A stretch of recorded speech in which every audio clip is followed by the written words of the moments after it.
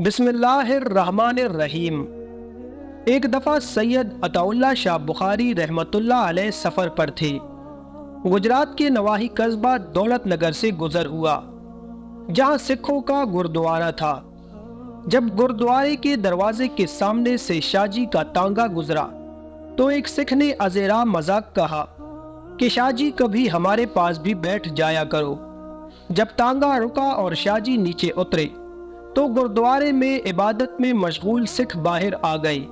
उन्होंने शाहजी को खुशामदीद कहा। शाहजी ने सिखों को कहा कि अगर आप इजाज़त दो तो मैं आपके गुरुद्वारे में कुरान पढ़ूं। उन्होंने फौरन इजाज़त दे दी।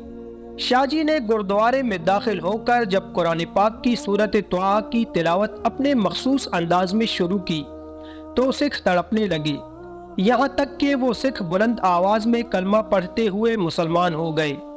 उनका रहनुमा शाहजी के सामने हाथ जोड़कर खड़ा हो गया और कहने लगा कि शाहजी अब बस कर दें, ऐसा ना हो कि हमारे ये सारे सिख मुसलमान हो जाएं। अकाबिरीन और बुजुर्गों से भी यही सुना है कि शाहजी जब कुरान पाक पढ़ते थे तो ऐसा लगता था कि आसमानों की बुलंदियों से कुरान उतर रहा है। हज़रत शाह अब्दुल अजीज़ देहलवी रहमतुल्लाह अलैह 1746 में हिंदुस्तान में पैदा हुए। आप रहमतुल्लाह अलैह अपने ज़माने के औलिया अल्लाह में से एक थे। आप रहमतुल्लाह अलैह के ज़माने में एक हिंदू पंडित ने एक ऐलान किया कि हिंदू मज़हब सच्चा मज़हब है और इस्लाम झूठा मज़हब है, और उसने दलील ये पेश की कि हमारा फला मंदिर जो 2000 साल से बना हुआ है आज तक बिल्कुल सही सालिम है।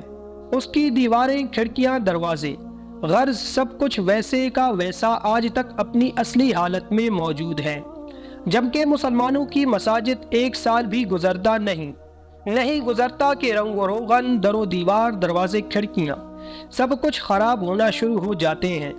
लिहाजा ये इस बात की दलील है कि इस्लाम मिटने वाला है और हिंदू मत बाकी रहने वाला मजहब है। मुसलमानों की अक्सरियत इस प्रोपेगेंडा का जवाब देने में नाकाम रही और इसकी वजह से लोग बहुत शशोपंज में मुब्तला हो गए कि इस प्रोपेगेंडा की रोकथाम कैसे की जाए।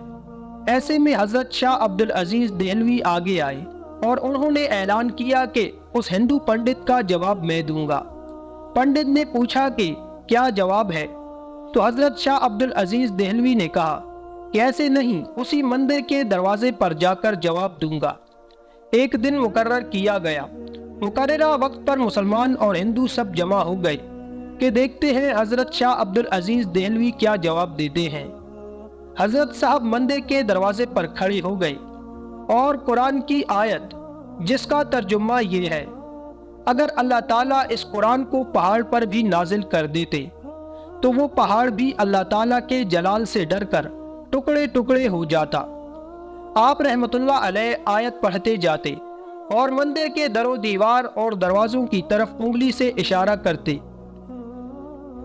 ऐसे में अल्लाह ताला ने आपके हाथ पर अपने दीन की हक्कानियत की करामत जाहिर कर दी और मंदिर की दीवारें गिरना शुरू हो गईं, दरवाजे टूटने लगे।